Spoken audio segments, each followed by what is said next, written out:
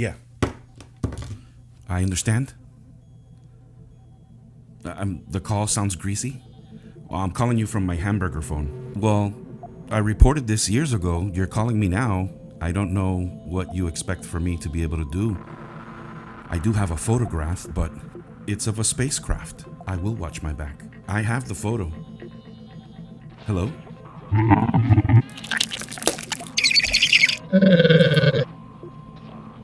Oh. Well, hello there, my little midnight marauders.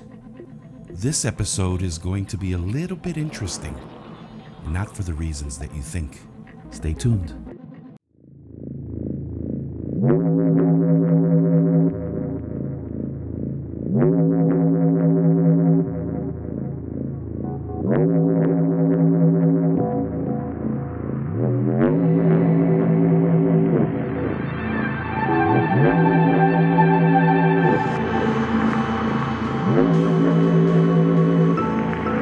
Okay, this is attempt number 6, trying to record this video today. I don't know what's going on. It's very, very annoying. Very, very frustrating. I don't understand why this is happening. I don't know if it has anything to do with the UFO encounter video that I'm trying to produce.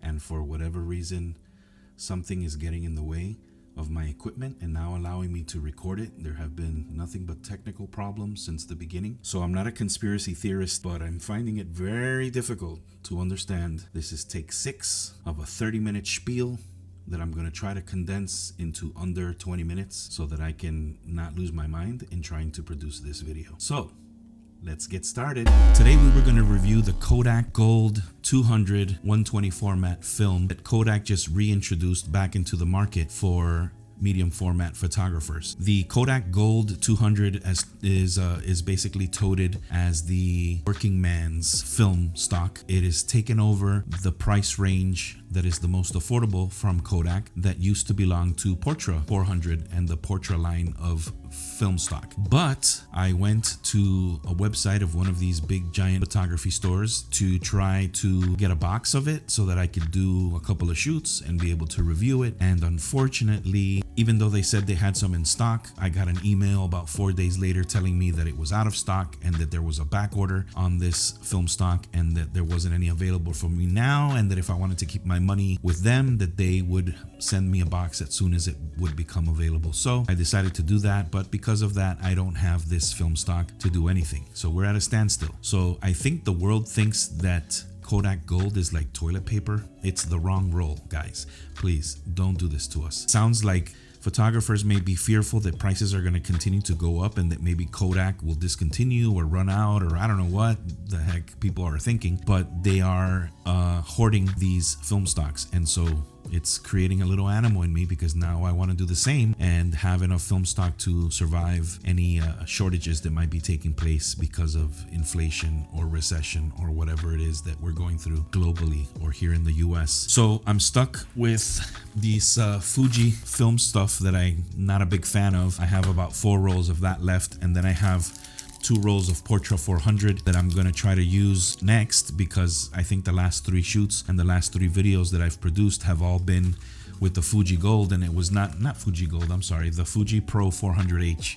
that has been discontinued, yet it seems to be more accessible than the film that was just released. Isn't it ironic? So instead, we're going to do an episode about an alien UFO that I encountered with some friends back in 1995. Spoiler alert, there is a photo. So basically, I'll give you a little history and then I'll get into it again for the 6th time today. In the early days of my photography passion, before I was even a photographer, I used to have all kinds of weird random stuff happen to me, things that would encounter while I lived in South Florida in Miami. Back in the 90s, I was raised in Miami. After being born in New York, we moved to Miami, and there's where I spent most of my childhood and teenage years and part of my adult life before moving to Massachusetts. But during the time that I was living in South Florida, Miami specifically, I was a teenager, and I was often participating in a recreational pastime known as the old.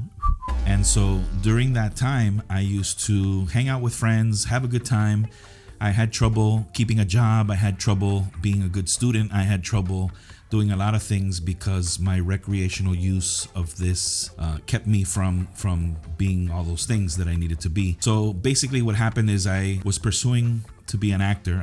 After high school, I wanted to be an actor, and I found that there were a lot of doors that were being closed in my face in regards to pursuing that as a career. And I became sad. I became, not depressed, but I was very sad and disillusioned with life, not being able to pursue what I wanted to pursue. So I made a deal with myself that my life would be the equivalent of what an actor experiences by taking different roles and playing different parts in different productions, except I made a deal that I would do it with myself, and that I would put myself in situations that were exciting, situations that at times could be dangerous, that at times could be unusual. And basically I said to myself that I would provide myself a quality of life that would allow me to experience a lot of different things. I didn't care what got in the way of that. So in the process of doing that, I was getting myself into a lot of trouble. I was misguided. I was dealing with a lot of inconsistencies in my life, in particular my recreational use of eventually became a hindrance, and I had to kick the habit in my later life. But anyways, I ended up wrecking my mom's car one day, and that was the straw that broke the camel's back. My mom kicked me out of the house, and I went on to live my own life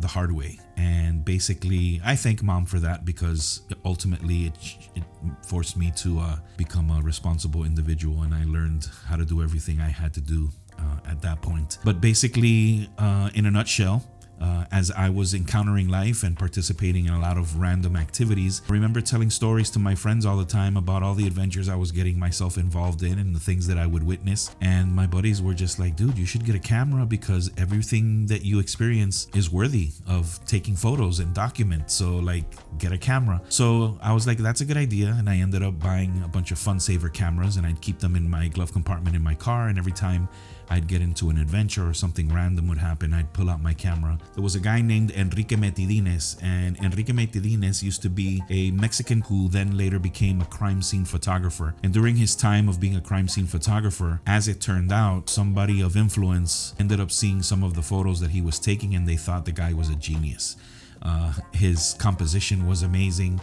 The way that he used lighting to set up a scene, and the way that he was photographing crime scenes, in essence dead bodies and murders and things that he was capturing for his job, turned into a profession for the guy. He became a sought-after professional photographer who was creating photo books out of these crime scenes that he was involved in. It's kind of macabre and crazy, but I found that to be so unusual. I almost started to pursue that sensibility of life, where it was like trying to capture all these random things. Some of the random situations I encountered were seeing car accidents happen in front of me, people getting hit by cars, things that would happen around me. I saw a guy set himself on fire one time. Another time, I watched a guy run into the street and then get pulverized by a car, like Enrique Metidines. So he was like one of my first photographers that in my mind was somebody I wanted to emulate.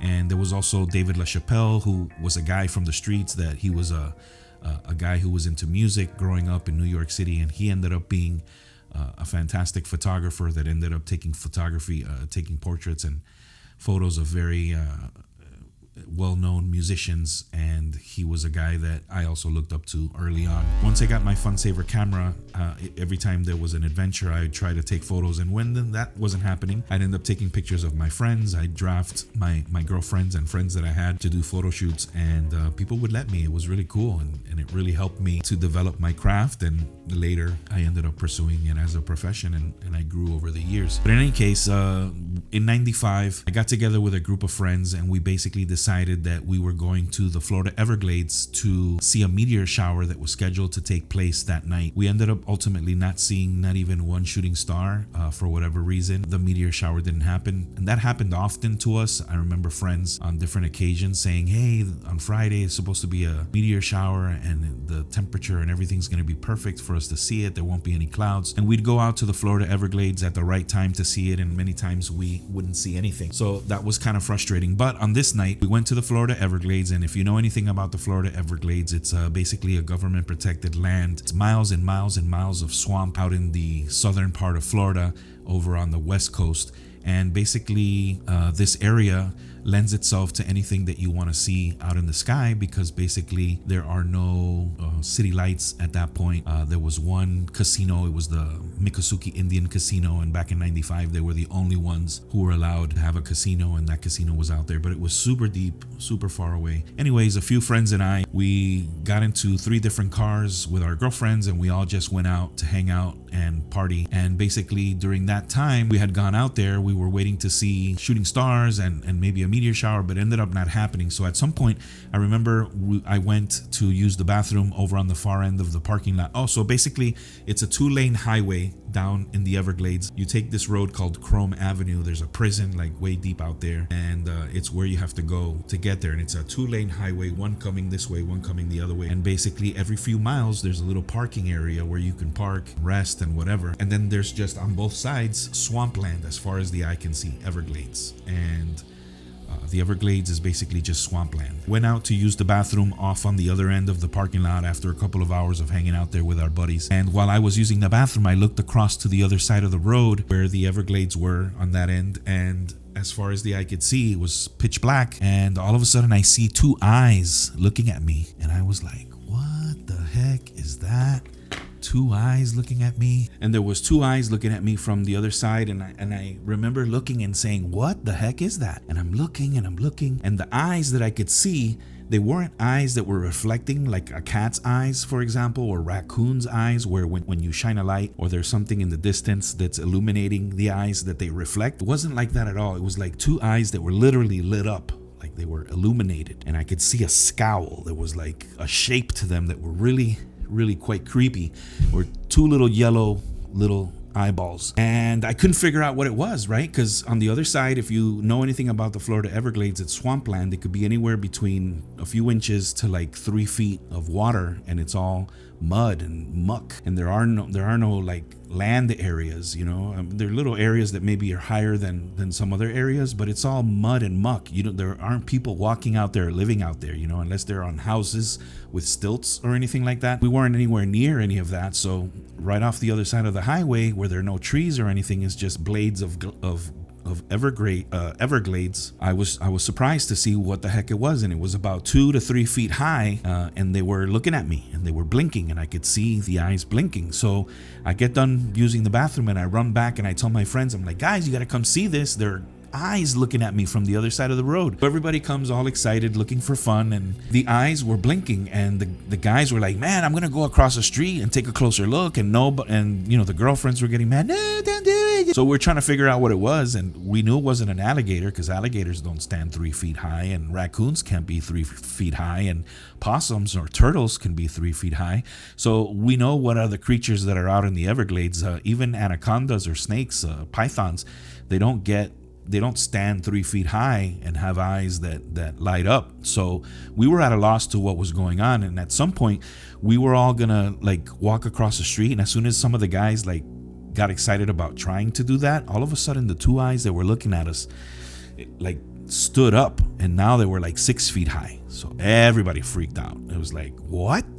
A couple of eyeballs looking at us from the Everglades that were 2 to 3 feet high. Now all of a sudden it seemed like it stood up, and it was like 6 feet high, or like the height of a tall person.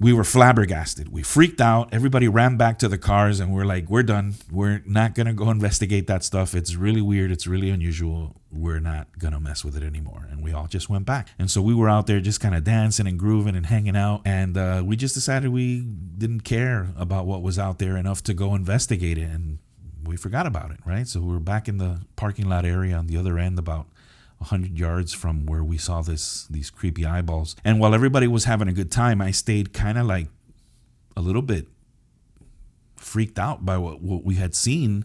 And I didn't get over it as easily as everybody else did. And I just kind of became pensive, and I started focusing on keeping an eye out on the Everglades, now on the other side of us, right? So we had seen it. It was basically kind of behind us on the other end of the parking area. Now we were facing the other end of the Everglades, where it was also miles and miles of swamp. After some time, I start to hear a hum. It was like...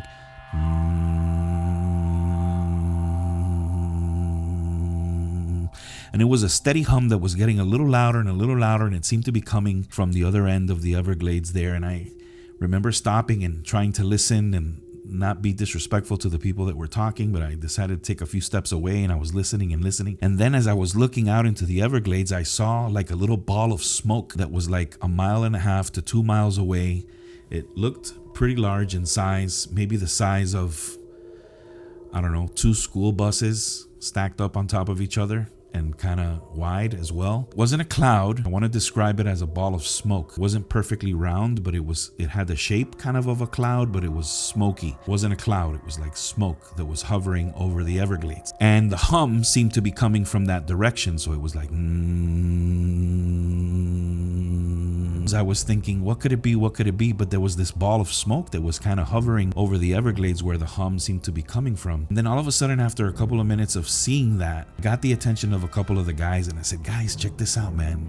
Listen to that hum. And slowly but surely, the whole crew of us who were out there got quiet, got really focused on what I was hearing, and everyone started to hear it. And they were like, oh man, what is that? And we're trying to figure it out. And I point out the ball of smoke, and everybody was kind of looking at it too, and they were like, man, that's really weird, because there are no clouds in the sky. There are no lights out there. Everything was really pitch dark, yet here was this gray ball of smoke kind of hovering. It wasn't dissipating, and it wasn't getting fuller, and it wasn't coming from the ground. It was just kind of steadily hovering over the horizon. Like I said, about 1 mile to 2 miles away. And we're staring at it, and we're staring at it. And all of a sudden, in front of all 15 of us, this ball of smoke implodes into itself.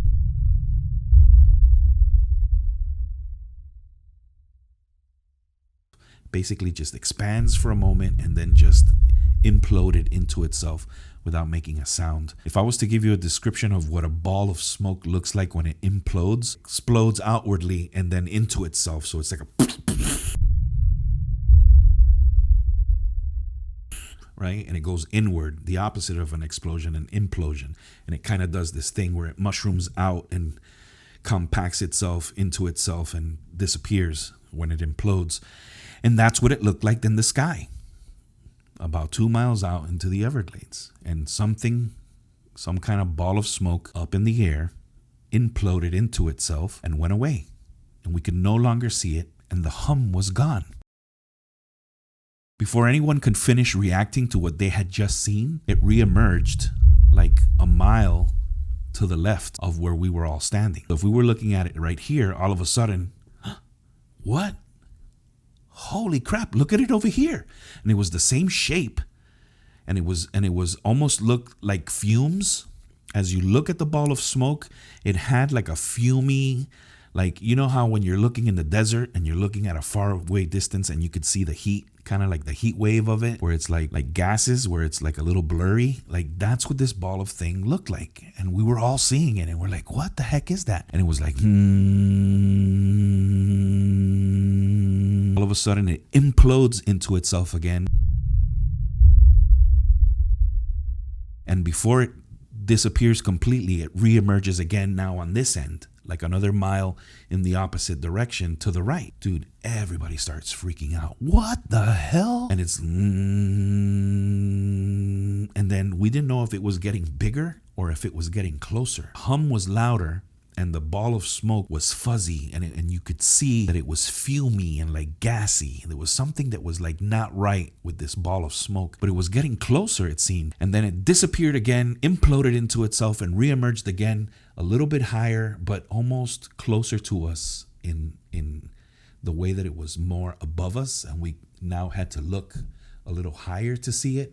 but it was almost like if it was over here. We were seeing it further away on the horizon, but now we were seeing it higher, up closer and bigger. And the hum was louder.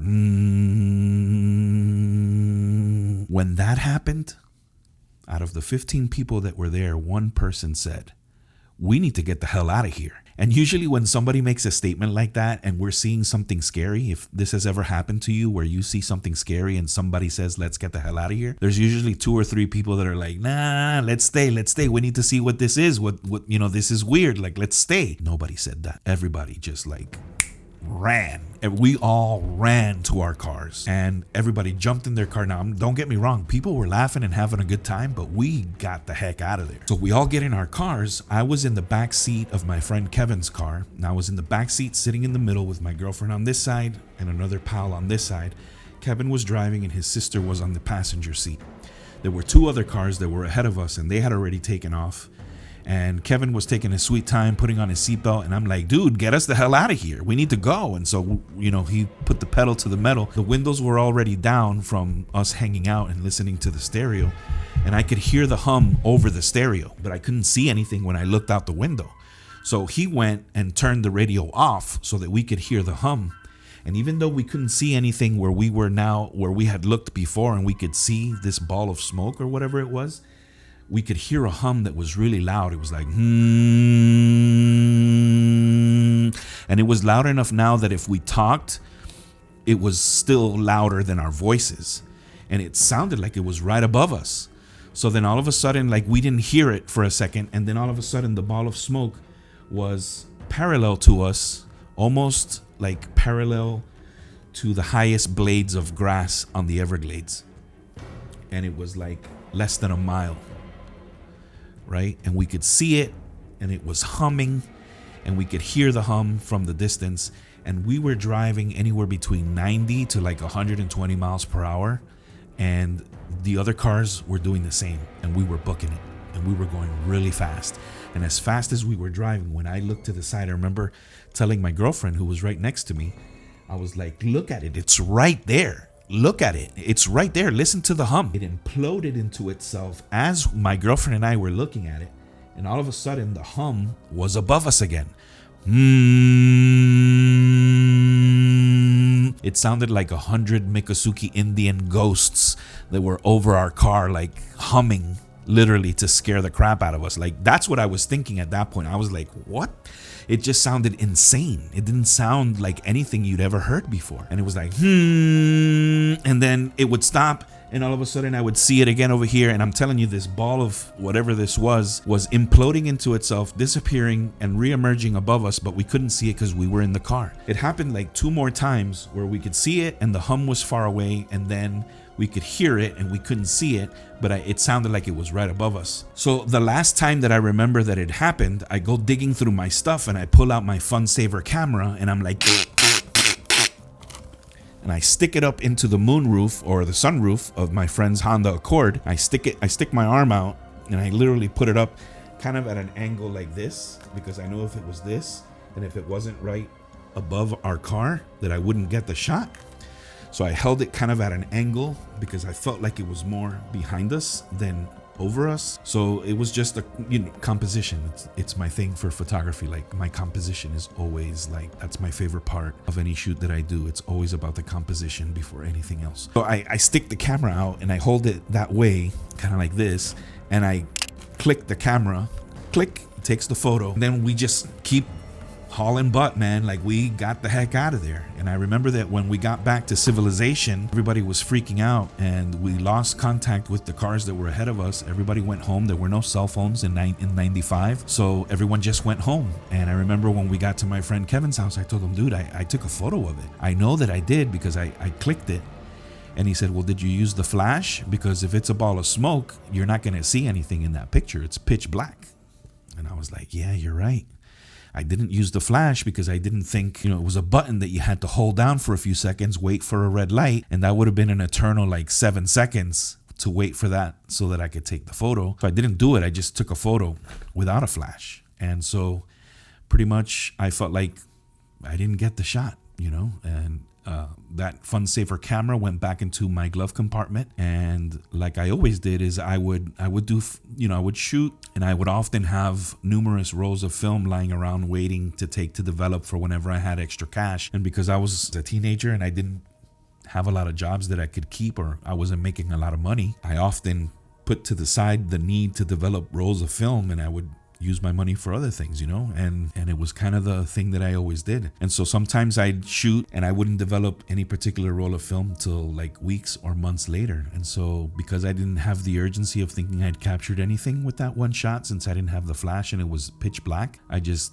didn't put any effort into going to do that. And it wasn't until a couple of months later that I talked to my friend Mickey Mouse. Mickey Mouse was a family friend of my mom's, and Mickey Mouse used to live in our house. My mom used to rent rooms, kind of like Forrest Gump's mom. She used to rent rooms. Well, she used to rent rooms, and Mickey Mouse was a guy that he lived with us, and my friend Poochie called him Mickey Mouse because he never talked. He was always really quiet, and he just had this big smile on his face all the time. And he would be like, "What's up with Mickey Mouse, dude? Why is he always smiling?" And I'm like, "I don't know, man. Mickey Mouse is a funny guy." And so it was so funny, like we gave him that nickname that even my mom called him Mickey Mouse, and it was hilarious. So Mickey Mouse used to work at a photo lab in Hialeah, and he didn't give us stuff for free, but if I took a bunch of film, he would take care of it pretty quickly for me, and he would deliver it to me and all that. So I gave him one night, like, I don't know, maybe 4 months after this happened, I gave him like 2 of my Fun Saver cameras and like 3 of my black and white rolls of film, and he took it to the lab, and then he brought it back to me a couple days later. I was going through all the photos, and I was like, "Oh man, here's some pictures from that night we went to see the meteor shower." And then I said, "Oh man, the one picture of the thing above the car, like, I wonder if I got it." So I start going through the printed pictures that he gave me, and there it was. There was the picture.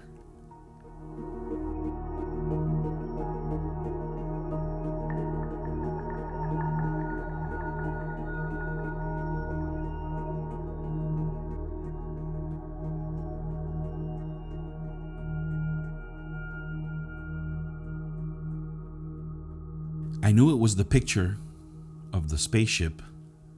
I'm going to call it a spaceship because we're convinced. 15 of us saw it. There was no way around it. We knew what we heard. We know what we saw. We know what we experienced. And I don't know if the eyeballs that we saw looking at us on the other end of the Everglades, I don't know if that was connected to what we saw, but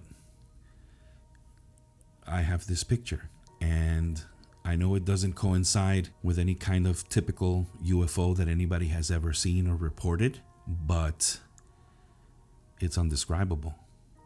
It was from that roll of film. It was a photo I took sticking my camera out of the moonroof or sunroof of the car. Whatever it was that was hovering over us, this is a picture of it. So basically this is what happened. This happened in 95, and I think it was already 96 by the time I'd had printed photos of this, and I was obviously still hanging out with my friends, so they all got to see the photo, and everybody freaked out because they thought, we were all there, we know what we encountered, we see the photos from that night, this is the picture that was taken. Like, there was no disputing it. That was a photo that I took. Then digital photography happened, and film photography became a thing of the past, and I had the negatives of these photos from that night, and then I put them away. I had this shoebox where I would keep a lot of my photos, and I had canisters. To this day, rolls of film that I hadn't developed, that I carried around with me as I moved to different things. And as I was growing older, I moved probably like another 8 times before I was 30. And I just lived everywhere, and I participated in so many different adventures that I lost track a lot of my stuff. A lot of stuff I left at my father's house when I ended up moving out from there. And it wasn't until 2018, when my father passed away, that I went back to Florida. I've been living in Massachusetts since 2013. In 2018, my father passed away, and I went back to Miami to take care of his final arrangements, and my brother and I sold this house. And before we sold the house, we went through all the stuff, and we got, we basically had to clean out the house. And I took a photo of my Minolta Freedom Escort, which was my point and shoot camera that I shot with for years. And this is a photo of it. This was my go-to camera for a lot of the stuff that I experienced during my life. So it's a really special camera. But then even that day, I remember salvaging a bunch of rolls of film, and some of the photos that you're seeing now are from rolls of film that I shot in 95 that I didn't get to developing until this March 2022. Because when my father passed away and I brought back what I could bring back on my one suitcase, it all went into my garage, and I didn't think about it after I brought it back. I just kind of let it sit there in boxes. And then in March 2022, I was watching a documentary about the Tic Tac UFOs that the military had footage of, and I started thinking about that situation in 95. And I went back and I started looking for the photos, and I don't have the negatives anymore, but when digital photography became a thing, I ended up scanning those pictures that Mickey Mouse was able to print for me. And I remember Mickey Mouse at the time, he took the film back for me and he gave me a higher resolution version of the same photo, which was more grainy than anything else, but it was his attempt at trying to see whatever we couldn't have seen normally in the original photo, because it was a little bit on the darker side. But so I have those. So I reached out to my friends Sergio and Alex. They're twins. They were a couple of my buddies that were with us that night that I've stayed in touch with. And now these guys, they own their own businesses, and they're married and they have kids, just like I'm married and I have kids. And Sergio sent me a picture I had sent him back like in 2006 or 2004 or something like that. And I was like, yeah, man, I remember the story. And we caught up, and I went digging for my photos, and this is where I found them. And so when I was watching that Tic Tac documentary, there was a website that they featured where people have reported sightings since the 1950s, and they have a chronological order of sightings. So I went on the website to see if there had been any sightings in the Florida Everglades, and sure enough, yeah, in the Florida Everglades, I wouldn't call it a hot spot, but it definitely had some history. And so I called the hotline and I reported the 1995 incident in 2022, and they didn't really take me very seriously. I told them I had the photo. He asked me to email it. It was very matter of fact. And he said, if you want to tell the story, because I wanted to tell him the story over the phone. He wasn't really trying to hear it. He says he gets phone calls every day. People want to talk to him, and he says if he listens to every story, he won't get anything done. So he tells people to email the story. So I emailed the story, never heard back. I accompanied it with the photograph, never heard back. And I just felt like it was time to share that story because it is tied into my photography life, and it is tied into my youth, my teenage years that I'm enamored with, because it is part of my life. I thought I'd share that with this community, and maybe I'll make some new friends that aren't necessarily film buffs, but UFO buffs like me and my pals. So that's my story, and I'm sticking to it. If you like this video, hit the like button and hit the subscribe button, and share the video with anyone who may have been in the Everglades in 1995 that maybe experienced something similar. Okay, bye.